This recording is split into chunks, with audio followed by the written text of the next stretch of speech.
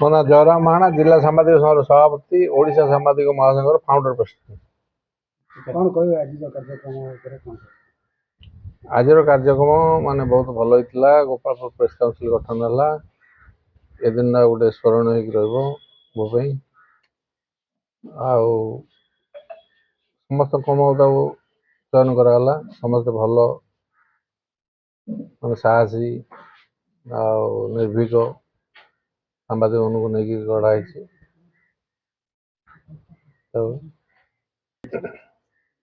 ସାମ୍ବାଦିକ ମାନଙ୍କ ସମସ୍ୟା ତ କିଏ ଜଣେ ତ ଇଏ କରିପାରିବନି। ସମସ୍ତେ ଆମେ ଚେଷ୍ଟା କରୁଛୁ ଯେ ଏକଜୁଟ ହେଇକିରି ସମାଧାନ କରିବା ପାଇଁ। ଆଜି ଯୋଉଟା ଗଢ଼ା ହେଲା ସେଇଟାର ମୁଖ୍ୟ ଉଦ୍ଦେଶ୍ୟ ହେଉଛି ସାମ୍ବାଦିକ ମାନଙ୍କର ସମସ୍ୟା ଦୂର କରିବା ପାଇଁ। ଯଦି କୌଣସି ଆଉ ଗୋଟେ କଥା ମନେ ରଖି ମୁଁ କହିଦେଉଛି, ଯେହେତୁ ଏଇଟା ଓଡ଼ିଶା ସାମ୍ବାଦିକ ମହାସଂଘର ଅନୁମୋଦିତ, ତେଣୁକରି ଆମର ବାଇଲର ଅଛି, ଯିଏ କାମ କରିବନି ସେ ତାଙ୍କୁ ବାହାର କରିଦେବାର କ୍ଷମତା ଅଛି। ତେଣୁକରି ମୁଁ ସମସ୍ତଙ୍କୁ ଅନୁରୋଧ କରୁଛି, ସମସ୍ତେ ସମସ୍ତଙ୍କ ନିଜ ଦାୟିତ୍ୱ ଭଲ ଭାବେ ସମ୍ପାଦନ କରିବେ। ଯଦି ଜଣେ କିଛି ନିରୀହ ସାମ୍ବାଦିକ ଗୋଟେ ଆକ୍ରୋଶ ଶିକାର ହେଉଛି, ସମସ୍ତେ ତାକୁ ସହଯୋଗ କରନ୍ତୁ। ଏହା ହେଲା ମୋର ସମସ୍ତଙ୍କ ପାଇଁ ଅନୁରୋଧ କରୁଛି। ମୁଁ ସମସ୍ତଙ୍କ ଚରଣ ତଳେ ଯେ ସମସ୍ତେ ତାଙ୍କୁ ଯେପରି ସହଯୋଗ କରିବେ। ବିନା ସହଯୋଗରେ କୌଣସି କାମ ହେବନି ହେଲା। ସଭାପତି ଯେଉଁ ରମେଶ ବେହେରା ଆମର ଆଜି ଚୟନ କରାଗଲା, ତାଙ୍କୁ ବି ମୁଁ କହୁଛି, ରମେଶ ସାହୁ, ତାଙ୍କୁ ବି ମୁଁ ଅନୁରୋଧ କରୁଛି ସିଏ ମଧ୍ୟ ଇଏ କରିବେ, କିନ୍ତୁ ସମସ୍ତ ସାମ୍ବାଦିକମାନଙ୍କୁ ଏକଜୁଟ କରିକିରି ସମସ୍ତ ସମସ୍ୟା ଦୂର କରିବେ, ସାମ୍ବାଦିକମାନଙ୍କର ସମସ୍ୟା ଦୂର କରିବେ। ଏଇଠି ନାହିଁ, ସେ ଖାଲି ଗୋପାଳପୁର ପ୍ରେସ୍ କାଉନସିଲ୍ ଭିତରେ ସୀମିତ ନାହିଁ। ସେ ଚାହିଁଲେ ଓଡ଼ିଶାର ପ୍ରତ୍ୟେକ ଜାଗାରେ କାର୍ଯ୍ୟ କରିପାରିବେ।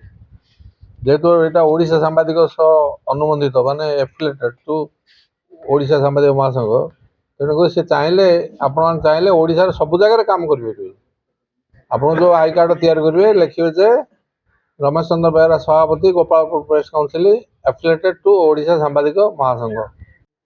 ଓଡ଼ିଶା ସାମ୍ବାଦିକ ମହାସଂଘର ଜେନେରାଲ ସେକ୍ରେଟାରୀ। କ'ଣ କହିବେ ଆଜି ଆପଣଙ୍କ ସାମ୍ବାଦିକ ସଂଘର ମିଟିଂଟି ହେଲା, ଏଥିରେ କ'ଣ ସବୁ ନିଷ୍ପତ୍ତି ନିଆଗଲା ଆଉ ସାମ୍ବାଦିକମାନଙ୍କ ପ୍ରତି ଆପଣଙ୍କର କିଭଳି ପଦକ୍ଷେପ ଗ୍ରହଣ କରାଯିବ? ଆଜି ଏ ସୁଖଦ ମୁହୂର୍ତ୍ତରେ ଆମର ଗୋପାଳପୁର ପ୍ରେସ୍ କାଉନସିଲ୍ ଗଠନ କରାଗଲା ଓ ମନୋନୀତ ସଭ୍ୟ ସମସ୍ତ ପ୍ରେସିଡେଣ୍ଟ ସେକ୍ରେଟାରୀ ସମସ୍ତେ ସଦସ୍ୟମାନେ ବାଛିଲେ ଓ ଆଗାମୀ ଦିନରେ ଆମେ ଆମର ସାଂଗଠନିକ କ୍ଷମତାକୁ ବଢ଼େଇବୁ।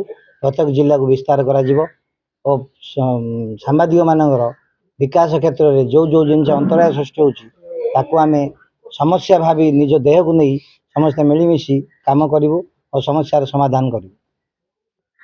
ସେମାନଙ୍କ ନିମନ୍ତେ ଯେଉଁ ସବୁ ସମସ୍ୟା ରହିଛି, ଜଣେ ସାମ୍ବାଦିକ ଯଦି ନିରପେକ୍ଷତା ନ୍ୟୁଜ୍ ପରିବେଷଣ କରିବାକୁ ଚାହୁଁଛି, ଏ କ୍ଷେତ୍ରରେ ତାଙ୍କୁ ବହୁ ପ୍ରତିବନ୍ଧକ ଆସୁଛି। ଆଉ ଆକୁ ନେଇକି ଆପଣଙ୍କର କ'ଣ ପଦକ୍ଷେପ ରହିବ, ତାଙ୍କୁ କିଭଳି ଭାବରେ ସହଯୋଗର ହାତ ବଢ଼ାଇବେ? ଆମର ସାମ୍ବାଦିକମାନେ ଯେଉଁଭଳି ଭାବେ ଚତୁର୍ଥ ସ୍ତମ୍ଭର ଗୋଟେ ପିଲର, ଏଇ ପିଲର ମାନେ ସାଧାରଣ ଭାବେ ସ୍ୱାଧୀନତା ଭାବେ ନିଜର ମତ ବ୍ୟକ୍ତ କରୁଥାନ୍ତି। ଏହିଭଳି ଭାବେ ଚାରିଆଡ଼ୁ ଆକ୍ରମଣର ଶିକାର ହୁଅନ୍ତି। ତେଣୁକରି ଆଜି ଆମେ ସାମ୍ବାଦିକ ମହାସଂଘ ତରଫରୁ ଆମେ ସରକାରଙ୍କୁ କହିବାକୁ ଚାହୁଁଛୁ ଯେ ଆଗାମୀ ଦିନରେ ଯଦି ସାମ୍ବାଦିକମାନଙ୍କ ସୁରକ୍ଷା ପ୍ରତି ସରକାର ଦୃଷ୍ଟି ନ ଦେବେ, ତାହେଲେ ଓଡ଼ିଶା ସାରା ସମସ୍ୟାର ସମାଧାନ ପାଇଁ ଓଡ଼ିଶା ସାରା ସମସ୍ତ ସଂଘ ଆଉ ଆମ ସଂଘର ସମସ୍ତ ସଦସ୍ୟ ହରତାଳ କରିବେ। ସମସ୍ତ ସାମ୍ବାଦିକ ଭାଇ ଆମେ ସବୁ ମିଳିମିଶି ସମସ୍ତ କାର୍ଯ୍ୟକ୍ରମ ତଦାରଖ କରିବା ଆଉ ଆଗାମୀ ଦିନରେ ଆମେ ଯଦି ମୁଠା ଭାବେ କାର୍ଯ୍ୟ କରିବା ତାହେଲେ ଷ୍ଟ୍ରଙ୍ଗ ହୋଇ ରହିବା। ତେଣୁକରି ସମସ୍ତ ସାମ୍ବାଦିକ ଭାଇ ଆମେ ମିଳିମିଶି ସମସ୍ତ କାର୍ଯ୍ୟ ସମାପନ କରିବା।